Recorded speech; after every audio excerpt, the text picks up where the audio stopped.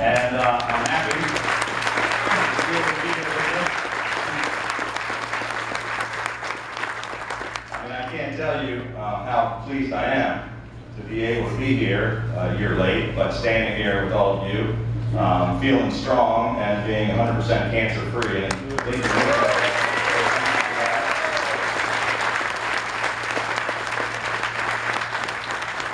we've had a great couple of days here in Cecil County, and had the opportunity to talk with a lot of the local elected officials and a lot of the business folks, and we had a meeting this morning with watermen. We've been all over the place. We even interviewed a few judges. They're all here tonight, by the way.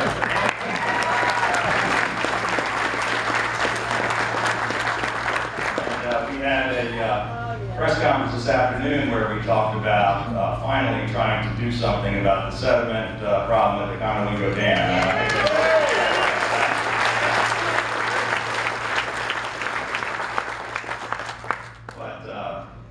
I heard a story about, I came up here during the campaign, and there was a lot of skepticism. There's no question about that. In fact, everywhere I went in the state, there was skepticism. And people said, he seems like a nice enough guy, but he must be crazy because he's a Republican in Maryland, and we just don't elect Republicans as governor. We've only done it once in 50 years. It's going to be impossible. But we never listened to that. We just kept fighting and working, and some people believed that we might have a chance, and thanks to the fundraiser we did here, we got a couple of bucks to put gas in the car so we can keep moving to the next stop. But thanks to a lot of people in this room, and a lot of people just like you all across the state, we pulled off what people thought was impossible, and it turned out to be the largest upset victory in the entire nation.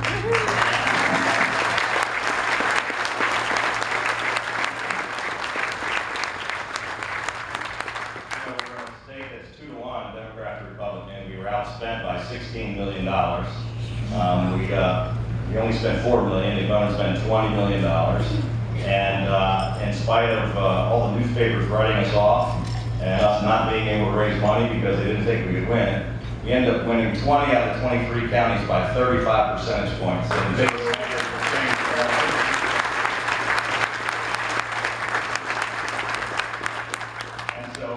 I had the honor of becoming the second Republican governor in 50 years, and it's quite an honor, and I can tell you, we've been working as hard as we can to try to deliver on the promises we made, and I'm trying to do exactly what we said we would do. And it seems to be a popular thing with people. They are somewhat shocked. A politician that actually does what he says. And it's probably because I'm not a politician. I've only held office for 17 months now. I'm a small businessman for my whole life, and I believe in just saying what you're going to do and then doing it. So that's what we've been focused on. I took the oath of office on a snowy day last January, and as I was being sworn in and taking the oath, all of the state highway signs across our state were being changed to say, "Welcome to Maryland, we're open for business."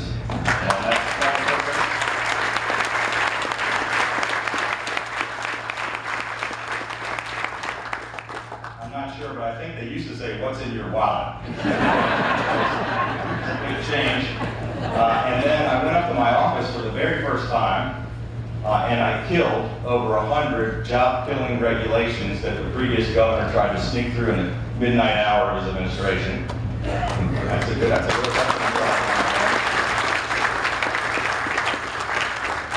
We appointed a great new team, an entire new management team for state government. We recruited people, many of whom who had never worked in government, but have real-world private sector experience running businesses. They know how to run things more efficiently, more cost-effectively, and they're making changes all across state government. Mentioned the rain tax, which was a big one. The very first session, I said during the campaign, we were going to repeal this rain. We were the only state in the nation that was taxing the rain. And I said we were going to do something about it. The Baltimore Sun, the Democratic Party, and everybody in the state said there's no way it would ever happen. Well, in our very first session, just a couple of weeks after being governor, we were able to get every single legislator in both houses who had voted for the rain tax to change their vote and to vote with us to eliminate the rain tax. So that was a pretty good step.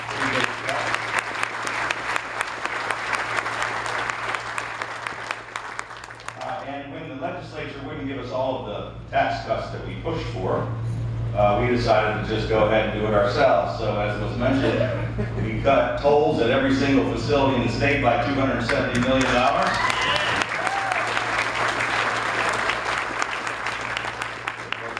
First time tolls have been cut in 50 years, and I think you guys are happy about one right here, right? And then thanks to a ruling by the Supreme Court, we were able to refund $200 million to overtaxed Marylanders who've been overcharged on their income tax. It was the biggest tax refund in Maryland history. So in 17 months, we've been able to take already $660 million out of the pockets of the state government and put it back in our economy, back into the pockets of small businesses and hardworking taxpayers. That's where it belongs.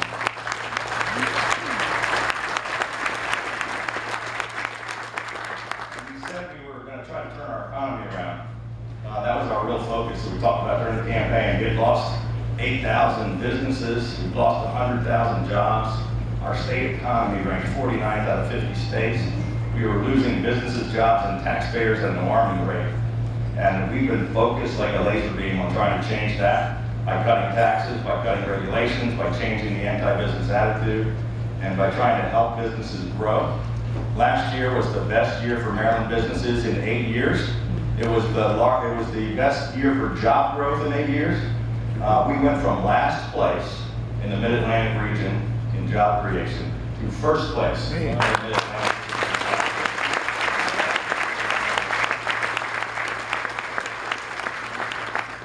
And we are now leading the nation in job growth in the month of March. Our little state of Maryland not only was #1 in the nation in the rate of job growth, we actually created more jobs than any other state in the country. But all the big states, Texas, California, New York, we blew them away with 19,000 new jobs in 1 month. 67,000 new jobs so far. And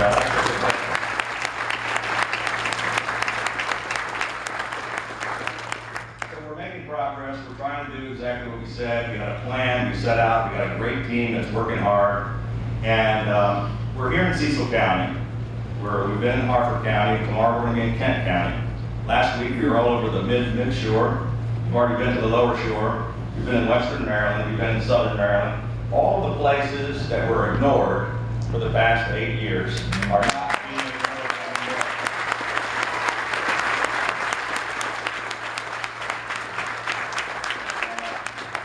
When I was sworn in, the war on rural Maryland came to an end. And we're focusing, like we said we would, on all the people that didn't get enough attention.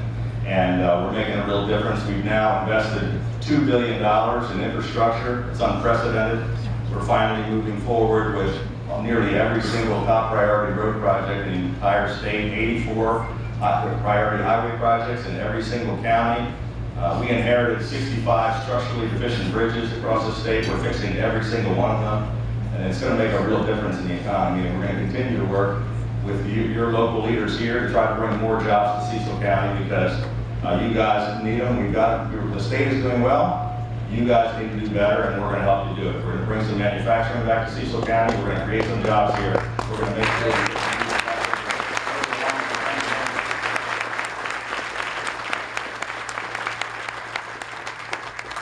So we've been working the plan pretty well. But there were a couple of unforeseen things that we didn't really plan for. You know, you have to expect the unexpected. So 90 days after I became governor, and it was my first office I ever held, our largest city was in flames. The worst violence in 47 years. And 400 businesses were destroyed, and 170 police and firefighters were injured in just the first couple of hours. The city was overwhelmed and unable to control the rioting that was taking place. I declared a state of emergency. I immediately went to the city as it was on fire. We moved our entire operation to Baltimore. I brought with me 4,000 members of the National Guard and 1,000 police officers and firefighters from around the state. And we brought peace and law and order back to Baltimore City. And we're now teaching people all around the country how to deal with crisis.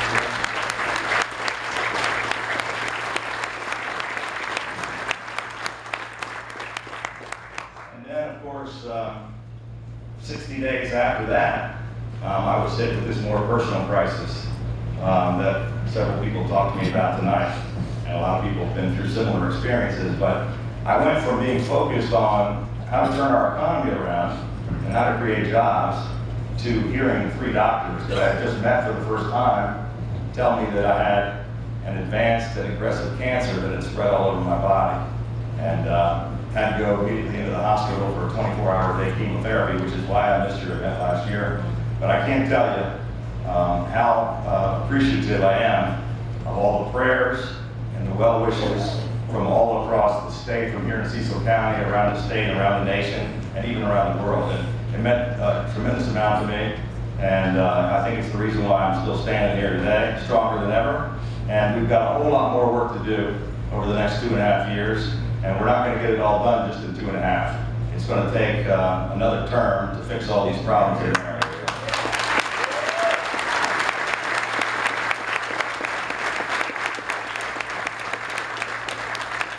So thank you for your support tonight to help us be strong and build up our campaign and be ready, because the good news is that 2/3 of the people in Maryland now believe that the state is heading in the right direction. When I was running for governor, 2/3 thought we were heading in the wrong direction. And nearly 3/4 of all Marylanders approve of the job that our team is doing. And that's the good news. The bad news is I'm now public enemy #1. And it's not really good business for the Democrats in Washington, the Democratic Governors Association, and the Democratic National Committee to have a popular Republican governor in the bluest state in the country right next to Washington, D.C. They've done